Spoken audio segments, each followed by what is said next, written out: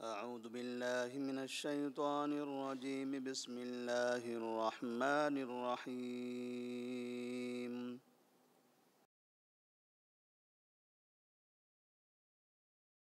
ومن أهل الكتاب من إن تأمنه بقنطار يؤده إليك ومنهم من إن تأمنه بدينار لا يؤده إليك إلا ما دمت عليه قائما ذلك بأنهم قالوا ليس علينا في الأميين سبيل ويقولون على الله الكذب وهم يعلمون بلى من أوفى بعهده واتقى فإن الله يحب المتقين إن الذين يشترون بعهد الله وأيمانهم ثمنا قليلا أولئك لا خلاق لهم في الآخرة ولا يكلمهم الله ولا ينظر إليهم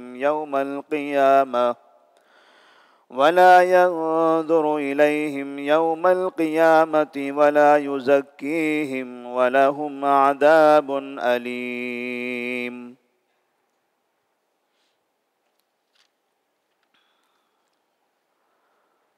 سورہ آل عمران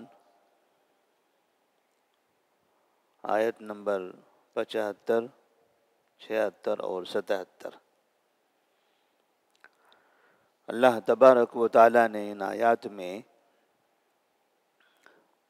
یہودیوں کی کچھ عادتوں کا تذکرہ فرمایا ہے۔ اہل کتاب کس طرح کے جرائم کیا کرتے تھے، ایسی بعض باتیں اللہ تبارک و تعالیٰ نے سورۃ البقرہ میں بیان فرمائی تھی۔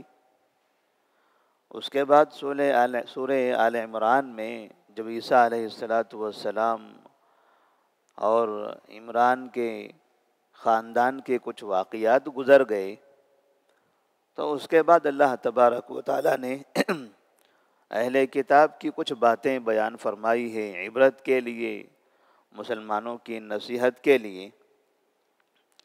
اللہ فرماتے ہیں وَمِنْ أَهْلِ الْكِتَابِ مَنْ إِنْ تَأْمَنْهُ بِقِنْطَارٍ يُؤَدِّهِ إِلَيْكَ۔ اہل کتاب میں کچھ ایسے لوگ ہیں کہ اگر تم ان میں سے کسی کو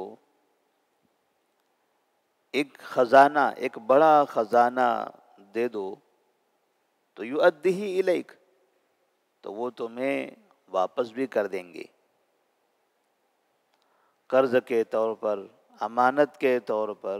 اگر آپ نے ان میں سے کسی کو ایک بڑا خزانہ، ایک بڑی دولت، بہت زیادہ پیسے دے دیے امانت رکھنے کے لیے یا قرض مانگنے پر، تو یؤدیہ الیک، تو ان کے پاس کچھ اتنی ایمانداری بھی ہے کہ وہ آپ کو ادا کر دیں گے۔ وَمِنْهُمْ مَنْ إِنْ تَأْمَنْهُ بِدِينَارٍ لَا يُؤَدِّهِ إِلَيْكَ، اور ان میں کچھ ایسے لوگ بھی ہیں کہ انہیں اگر آپ 1 دینار دو تو بھی وہ واپس نہیں کریں گے۔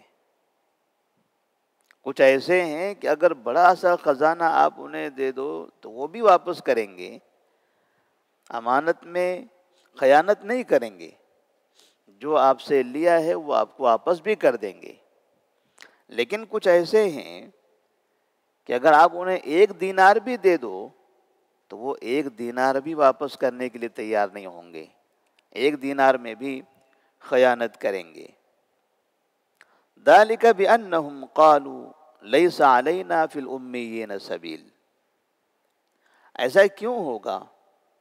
کیوں وہ ہمارا 1 دینار یا کسی کا 1 دینار لینے کے بعد 1 دینار بھی واپس نہیں کر سکیں گے؟ اس لیے کہ بِأَنَّهُمْ قَالُوا لَيْسَ عَلَيْنَا فِي الْأُمِّيِّينَ سَبِيلٌ، وہ کہتے ہیں کہ امیین کو ہمارے خلاف کوئی راستہ نہیں ہے، امیین کے پاس ہمارے خلاف کوئی راستہ نہیں ہے، یعنی ہمارے خلاف امیین کے پاس یا ہمارے اوپر امیین کے لیے کوئی حق نہیں ہے۔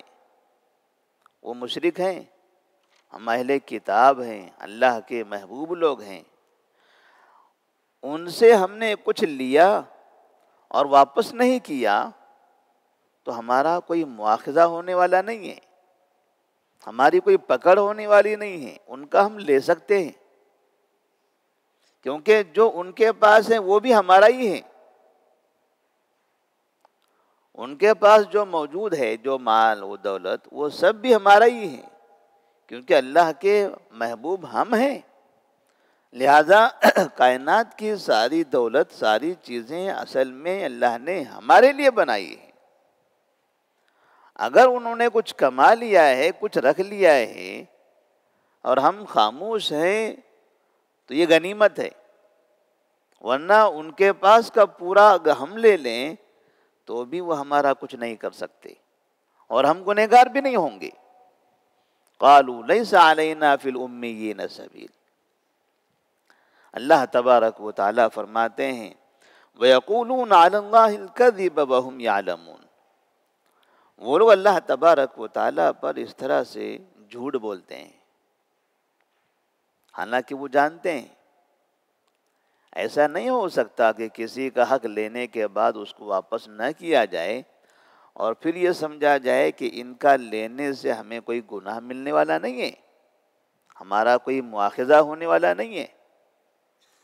کوئی بھی انسان کسی سے بھی لے، کسی کی بھی امانت ہو کسی کے پاس، چاہے وہ مشرک کی امانت ہو، یہودی کی امانت ہو، نصرانی کی ہو، مجوسی کی ہو، مسلمان کی ہو، کسی کی بھی ہو، امانت امانت ہے، امانت میں خیانت نہیں کیا جا سکتا۔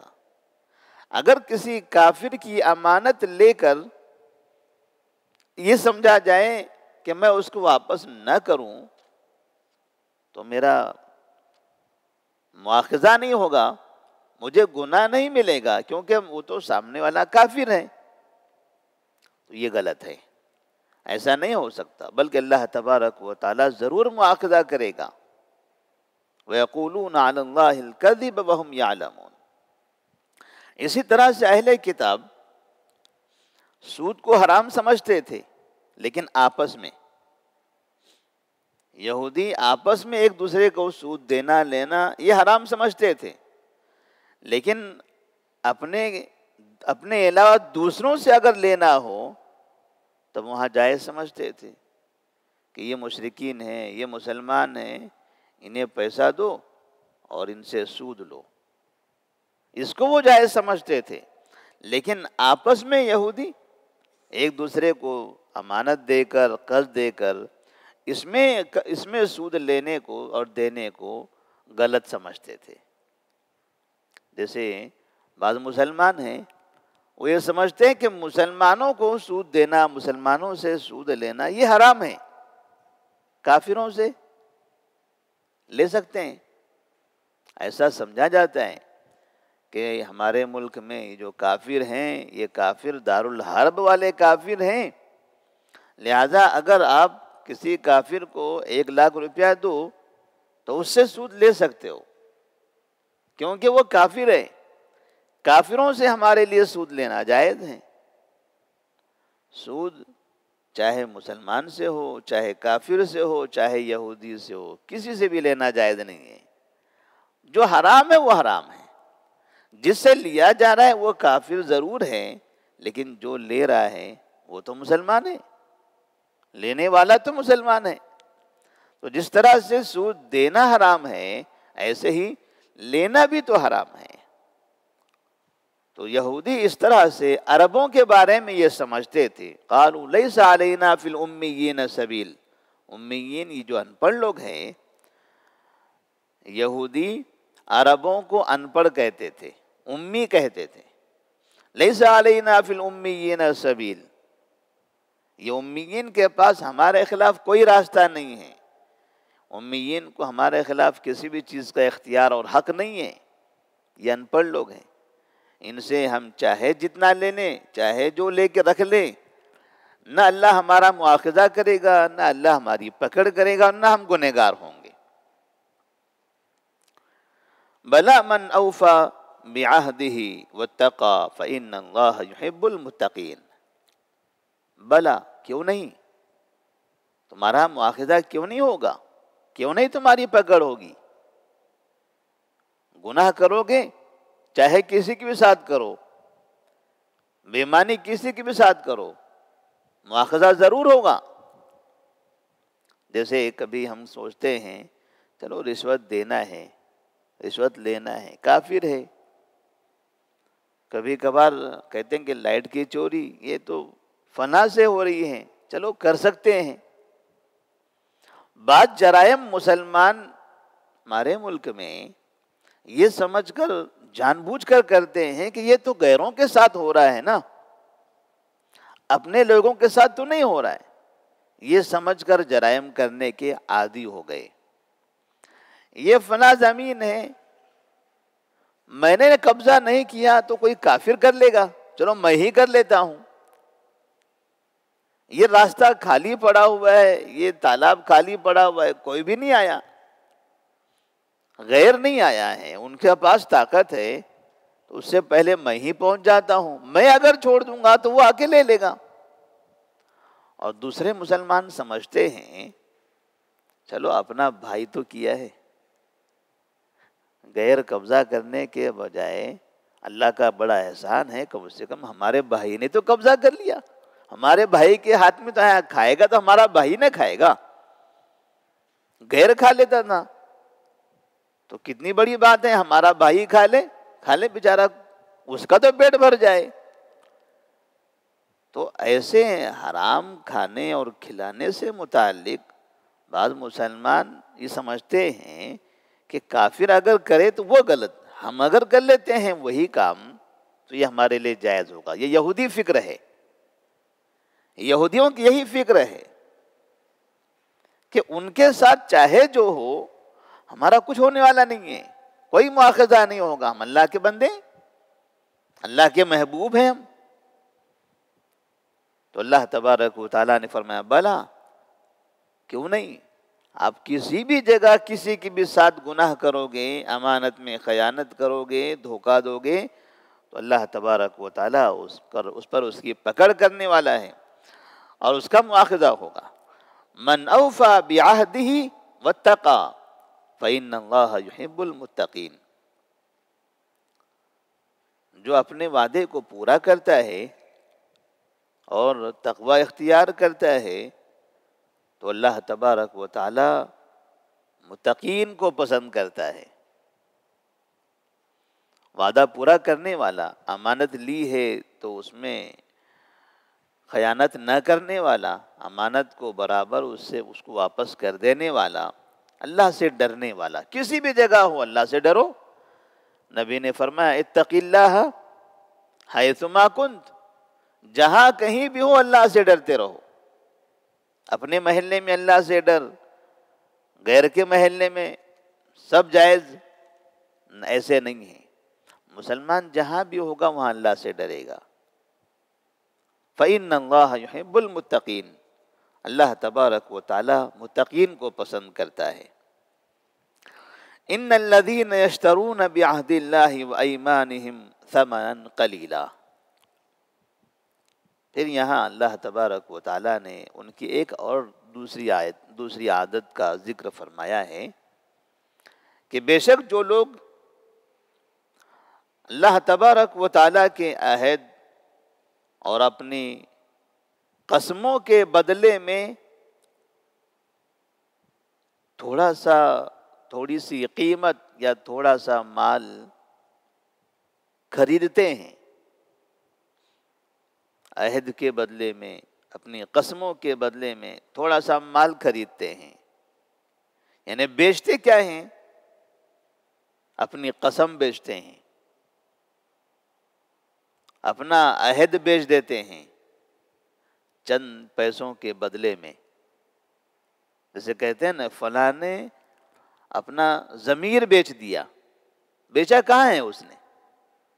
بیچا نہیں، لیکن کہتے ہیں کہ فلاں نے اپنا ضمیر بیچ دیا، چند پیسوں کے سامنے اس نے اپنا ضمیر فروخت کر دیا، فلاں نے چند پیسوں پر اپنا ایمان بیچ دیا۔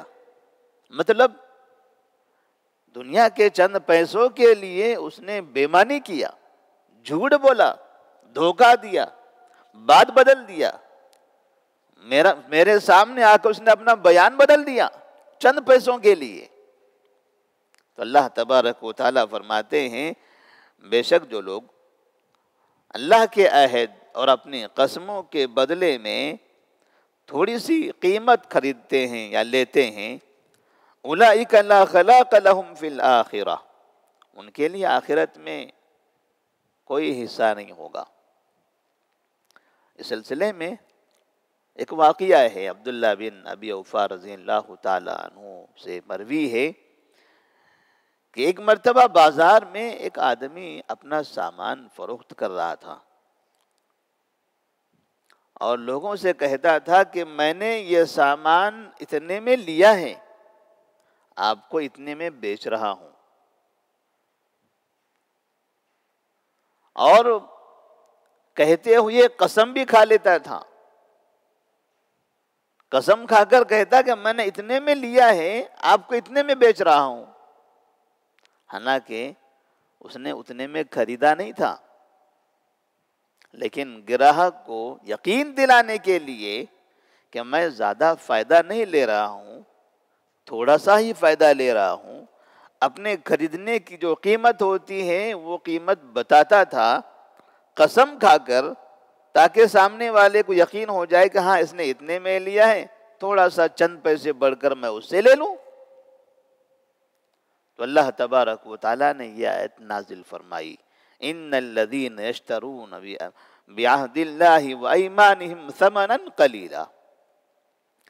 جیسے ہم کبھی کسی سے کوئی سامان خریدتے ہیں، آج کل جانور ہیں، لوگ جانور خرید رہے ہیں، تو جب خریدنے کے لیے جائیں کسی کے پاس، کتنے میں ہے تو کہتا ہے 40,000 میں ہے،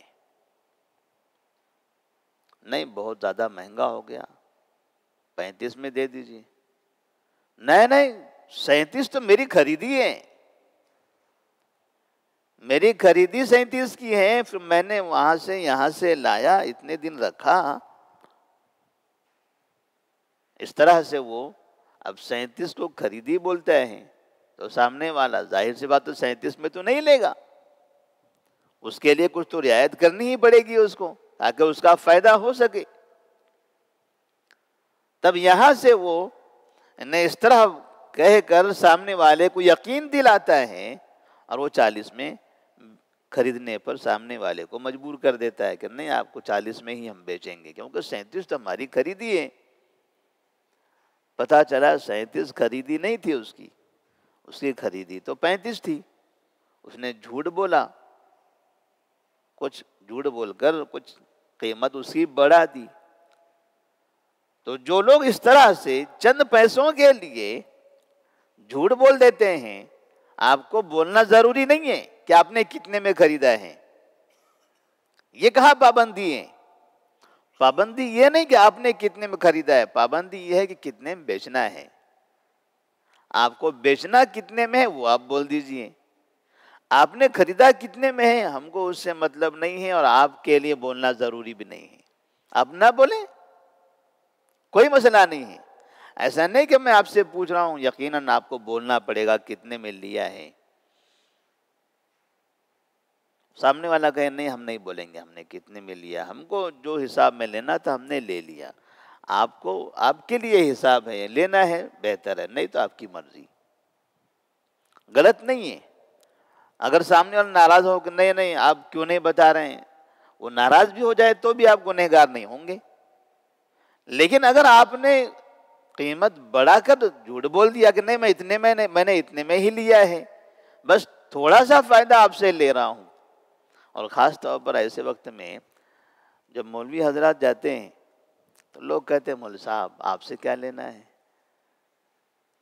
آپ بس اتنے میں لایا ہوں، بس یہ سمجھے 100 روپیہ اوپر دے دیجئے، اتنے میں لایا 100 روپیہ. آپ تو امام صاحب ہیں ماشاءاللہ، ہمارے خطیب صاحب ہیں، عالم صاحب ہیں، آپ سے کیا کمانا ہے ہم کو؟ پتہ چلتا ہے کہ 2000 کی ٹوپی پہلے سے پہنا دیا اس نے. بولے تھے 100 روپیہ کے 100 ہی روپیہ آپ سے لے رہا ہوں. تو بعض مرتبہ لوگ الگ الگ چہرے دیکھ کر الگ الگ طرح کی باتیں بھی کرتے ہیں. تو یہ ضروری نہیں ہے کہ آپ بتائیں کہ میں نے کتنے میں لیا ہے. آپ کی مرضی ہے، آپ کا سامان ہے، آپ کو جو مناسب قیمت لگ رہی ہے آپ بیچ دیجئے. کم فائدہ لیتے ہیں تو آپ کی مرضی، زیادہ فائدہ لیتے ہیں تو بھی آپ کی مرضی، نہیں لیتے ہیں کسی سے آپ کوئی فائدہ تو بھی آپ کی مرضی ہے. لیکن جھوٹ نہیں بولنا ہے. اصل جو مقصد ہے اس آیت کا کہ آپ بیچتے ہوئے اس طرح سے جھوٹ کا استعمال نہ کریں. جھوٹ بول کر آپ سامان خریدتے اور بیچتے ہیں تو اللہ تبارک و تعالیٰ فرماتے ہیں اولئک لا خلاق لهم فی الآخرہ، کہ ان کے لیے آخرت میں کوئی حصہ نہیں ہوگا. ولا یکلمہم اللہ ولا ینظر الیہم یوم القیامہ، اللہ تبارک و تعالیٰ ان سے بات نہیں کرے گا. ولا ینظر الیہم، اور قیامت کے دن اللہ تبارک و تعالیٰ ان کو دیکھے گا بھی نہیں. یعنی ان کو نہ دیکھنے کا مطلب کیا؟ اللہ کی نظروں سے وہ غائب ہو جائیں گے. جیسے کہتے ہیں نا بس فلاں انسان ہم سے اتنا ناراض ہے، ہم کو دیکھتا ہی نہیں ہے. دیکھتا نہیں ہے تو کیسے پتا ہے کہ یہاں پر ہے وہ؟ اس کو پتا ہے پہلے سے یہاں دکھائی دے رہا ہے تبھی تو نہیں دیکھ رہا ہے ادھر. تو یہاں دکھائی دے رہا ہے برابر، نہیں دیکھ رہا ہے، اس کا مطلب یہ ہے کہ ناراضگی کا اظہار کر رہا ہے. تو اللہ تبارک و تعالی رحمت کی نگاہوں سے نہیں دیکھے گا ان کو، ان سے ناخوش ہوگا، ان سے ناراض ہوگا اللہ تبارک و تعالی. ولا یکلمہم اللہ، اللہ ان سے بات نہیں کرے گا. ولا ینظر الیہم یوم القیامہ، اور ان کی طرف نہیں دیکھے گا. ولا یزکیہم، اور انہیں پاک نہیں کرے گا، ان کا تزکیہ نہیں کرے گا، انہیں پاک نہیں کرے گا. یعنی جس طرح سے دوسروں کی مغفرت کی جاتی ہے، دوسروں کو معاف کر دیا جاتا ہے، اس کے ساتھ ایسے نہیں کیا جائے گا. اس کے گناہوں کا اسے بدلہ دیا جائے گا. وَلَهُمْ عَذَابٌ عَلِيمٌ. تو یہ تجارت سے متعلق خاص طور پر اللہ تبارک و تعالیٰ نے ایسی سخت تنبیہ فرمائی. تجارت میں جو لین دین کا کاروبار ہوتا ہے، اس میں جھوٹ کا استعمال، اس میں دھوکہ دینا، اس میں لوگوں کو گھمانا، حقیقت میں چونکہ اس سے ہمیں روزی حاصل ہوتی ہے اور ان پیسوں سے ہم کھاتے ہیں، اپنے گھر والوں کو کھلاتے ہیں. انسان جو اناج کھاتا ہے، اناج ہو بہو یا تو وہ حرام ہوگا یا وہ حلال ہے لیکن غلط طریقے سے ہے. جیسے ہم نے چاول کھایا وہ بہو حرام نہیں ہے، چاول تو حلال ہے، لیکن جو طریقے سے ہم نے لیا ہے وہ حرام.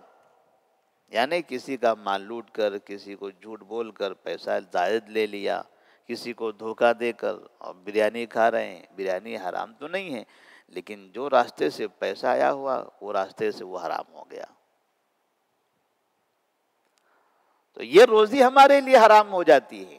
اور جب روزی حرام ہو جاتی ہے غلط طریقے سے کمانے کی وجہ سے، تو اس حرام روزی کا ہمارے جسم پر، ہمارے ایمان پر اثر پڑتا ہے، ہمارے اخلاق پر اس کا اثر پڑتا ہے، ہمارے اخلاق پر اس کا اثر پڑتا ہے، ہماری زبان پر اس کا اثر پڑتا ہے، ہمارے بچوں پر اس کا اثر ہوتا ہے، گھر والوں پر اس کا اثر ہوتا ہے. حرام کا سب پر اس کا اثر ہونے لگتا ہے اور پھر سب کے اندر شرارتیں پیدا ہونے لگتی ہیں. بےمانی، دھوکہ، جھوٹ، نفرت، عداوت. بیٹے بھی اپنے باپ کے ساتھ ویسے ہی کرنے لگتے ہیں کیونکہ وہ بھی حرام کھائے ہوئے ہیں. تو اس طرح سے یہ روزی کا انسان کی زندگی پر، انسان کی شخصیت پر، اس کے ایمان پر اثر ہوتا ہے. اور پھر حرام کی وجہ سے عبادتیں بھی قبول نہیں ہوتی، دعائیں بھی قبول نہیں ہوتی ہے. اسی لیے اللہ تبارک و تعالیٰ نے خاص طور پر تاکید فرمائی ہے کہ تجارتوں میں، لین دین میں تھوڑے سے تو پیسے ملنے والے ہیں، کون سی بڑی دولت حاصل ہونے والی ہے؟ بعض مرتبہ جیسے ہم دیکھتے ہیں 10 روپیہ 20 روپیہ 50 روپیہ 100 روپے کے لیے لوگ جھوٹ بولنے لگتے ہیں. اور ابھی یہ چیزوں میں جو پیسہ ملنے والا ہے، ہو سکتا ہے کسی سے 1000 روپیہ زیادہ مل جائے، کسی سے 2000 روپیہ زیادہ مل جائے. بس اتنی سی دولت کے لیے اگر آپ جھوٹ بولتے ہیں تو پھر اگر اس سے زیادہ کی ضرورت پڑے تو وہاں کتنا جھوٹ بولو گے؟ تو جھوٹا کاروبار نہیں ہونا چاہیے، جھوٹی تجارت نہیں ہونی چاہیے. نبی کریم صلی اللہ علیہ وسلم نے جیسے نماز پڑھ کے دکھایا ہے نا، اور آپ نے کہا کہ سلو کما رأیتمونی اصلی، تم نماز ایسے پڑھو جیسے مجھے پڑھتے ہوئے دیکھ رہے ہو. تو آپ نے صرف نماز پڑھ کے ہی نہیں دکھایا، آپ نے تجارت کر کے بھی دکھایا ہے. تجارت کر کے بھی آپ نے دکھایا ہے. جو خدیجہ رضی اللہ تعالی عنہا کے غلام تھے میسرہ، نبی کریم صلی اللہ علیہ وسلم کے ساتھ ملک شام جاتے تھے تو آپ صلی اللہ علیہ وسلم کی دکان پر آپ کے پاس گراہک کھینچا چلا آتا تھا. لوگوں کے پاس، لوگوں کی دکانیں خالی رہتی تھی، وہاں کوئی بھی گراہک دکھائی نہیں دیتا تھا، یہاں گراہک کی بھیڑ لگی رہتی تھی. وجہ کیا تھی اس کی؟ غلام میسرہ کہتے ہیں وجہ یہ تھی کہ آپ سامان کی حقیقت بتاتے تھے اور آپ بات چیت کرنے میں، لین دین کرنے میں جھوٹ کا استعمال نہیں کرتے تھے. آپ جھوٹ نہیں بولتے تھے. جس طرح سے لوگ سامان کا عیب بھی چھپاتے ہیں اور لین دین میں جھوٹ بھی بولتے ہیں، آپ یہ دونوں بھی کام نہیں کرتے تھے. نہ آپ کو جھوٹ بولنا ہے، نہ عیب چھپانا ہے، جو ہے وہ حقیقت.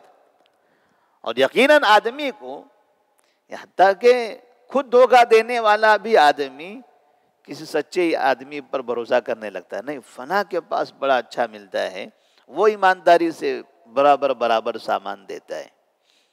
ہمارے علاقوں میں تو تقریباً زمین کے کاروباروں میں مسلمان اتنا بدنام ہے، اتنا دھوکہ دیتے ہیں، اتنا جھوٹ بولتے ہیں. ایک زمینیں 2 3 لوگوں کو بیچ دیتے ہیں. سمجھ میں نہیں آتا یہ کیسے بیچتے ہیں. ایک آدمی کو بیچا ہے 50 لاکھ میں، دوسرے کو پکڑا وہی 1,50,000 میں پھر بیچ دیا، تیسرے کو پکڑا اس کو بھی وہی زمین 50 میں بیچ دیا. 3 لوگوں کو 50 لاکھ میں ایک زمین جو 50 لاکھ کی ہے وہ چلے گئی 1.5 کروڑ کی. جب بعد میں ایک آ کے وہاں رہنے کی کوشش کرتا ہے، دوسرا پہنچتا ہے، ارے آپ کہاں ہیں صاحب؟ ہماری زمین ہے. نہیں آپ کی کہاں ہے؟ میری ہے. یہ دونوں ابھی لڑ رہے ہوتے کہ تیسرا پہنچ جاتا ہے، تم دونوں بھاگو یہاں سے، میری زمین ہے یہ. پھر پتہ چلتا ہے یہ تینوں آپس میں لڑ رہے ہیں. پھر وہ مالک آ جاتا ہے، کیا ہوا؟ چلو ایک کام کرتے ہیں، یہ تھوڑے سے تم لو، تھوڑے تم لو، جاؤ یہاں سے تینوں بھی. پہلے سے 1.5 کروڑ کما لیا، پھر تھوڑے ہاتھ میں پان کی ڈبی دے کے بھگا دیا، پھر وہ زمین پہ خود ہی قابض ہو گیا. یہ مسلمان کر رہے ہیں، مسلمانوں کے ساتھ کر رہے ہیں، اور فخر کرتے ہیں اس کے اوپر کہ ہم بڑے بہترین ماہر تاجر ہیں. جھوٹ بولنے کو، دھوکہ دینے کو، چوریاں کرنے کو، لوٹنے کو، مسلمانوں کا مال حرام کے طریقے سے کھانے کو یہ مہارت سمجھتے ہیں. کہتے ہیں ہمارے بچے کتنے ہوشیار ہیں، میرا بھائی کتنا بہترین دماغ والا ہے کہ اتنے لوگوں کو بیوقوف بنا کر دولت کما لیا. مسلمانوں کی عادت یہ ہو گئی کہ مسلمان حرام کھانے کو، دھوکہ دینے کو، جھوٹ بولنے کو مہارت سمجھنے لگے ہیں. اللہ تبارک و تعالیٰ فرماتے ہیں اولئک لا خلاق لهم فی الآخرہ ولا یکلمهم اللہ ولا ينظر الیہم یوم القیامۃ ولا یزکیہم ولہم عذاب علیم. یہ صفت یہودیوں کی تھی. اللہ نے ان کی عادت کو قرآن میں بیان فرمایا مسلمانوں کے لیے، نبی کی امت کے لیے، کہ تم ایمان لائے ہو نبی پر، لوگ نبی پر نازل کردہ قرآن مجید پڑھو. پڑھنے کے بعد پتہ چلتا ہے کہ ہم بھی تو ایسے ہی کرتے ہیں، باتیں یہودیوں کی ہیں، کام یہودیوں کے تھے، اب وہی کام مسلمانوں کے ہو گئے.